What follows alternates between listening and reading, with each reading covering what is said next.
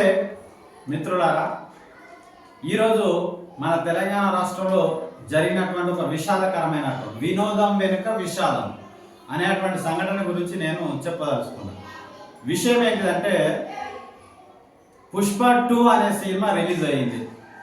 ఈ పుష్ప 2 సినిమా చూడడం వల్ల ఒరిగేది జరిగేది ఏమీ లేదు.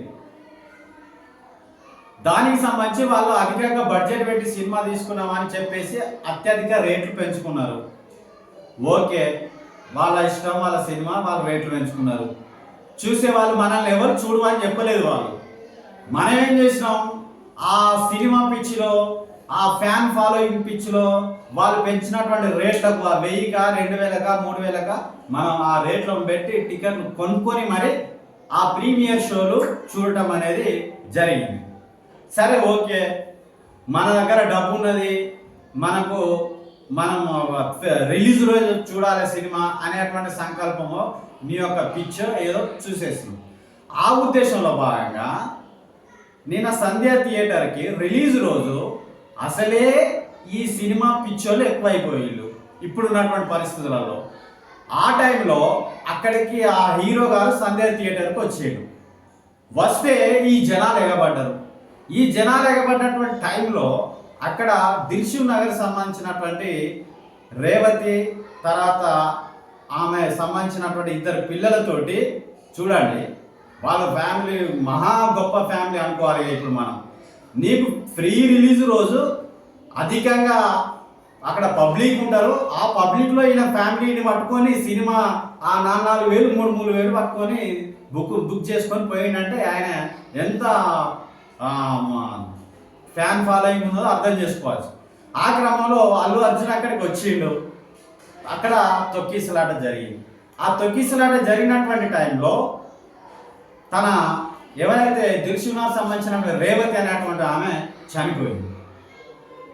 ఆ క్రమంలో తన కొడుకు శ్రీతేజాట, చూడండి ఒకసారి, ఆ అబ్బాయి కూడా ప్రాణాపాయ స్థితిలో ఉన్నాడు.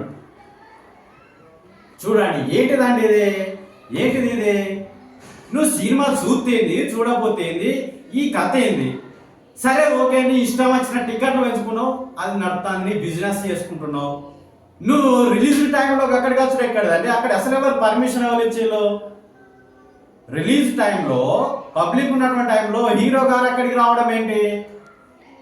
ఇప్పుడు ఇక్కడ వాళ్ళ ఇంట్లో ఆమె చనిపోయింది, 2 పిల్లలు, ఆ అబ్బాయి కూడా చావు బతుకుల్లో ఉన్నారు. ఇప్పుడు తన ఫ్యామిలీకి ఎవరు అంట? అలాగే ఈ టికెట్ రేటు పెంచడం అనేది అసలు ఈ ఫ్యాన్స్కి అర్థం అవుతున్నదా? వాళ్ళు ఎవరైనా కానివ్వండి, ఫ్యాన్స్కి ఏమైనా అర్థం అవుతున్నదా? రిలీజ్ రోజు సినిమా ఎవరు చూస్తారండి? రిలీజ్ రోజు చూసేది ఆ హీరోకి సంబంధించినటువంటి ఫ్యాన్స్. ఆ ఫ్యాన్స్ నుండే దోపిడీ చేస్తున్నాడు హీరో గారు, నిర్మాతలు. రిలీజ్ రోజు 1000, 2000, 3000 టికెట్లు పెట్టించి ఎవరి దగ్గర నుంచి దోపిడీ చేస్తున్నారు? ఫ్యాన్స్ నుండే దోపిడీ చేస్తున్నారు. ఆ ఫ్యాన్స్ ముసుగులో వాళ్ళు 100 కోట్లు సంపాదించుకుంటున్నారు. ఆ విషయం గమనించక ఇలా మనం కుటుంబాలను కోల్పోవాల్సినటువంటి పరిస్థితి ఏర్పడుతున్నది. ఇది అర్థం చేసుకొని మనం మెదిలితే బాగుంటుందండి.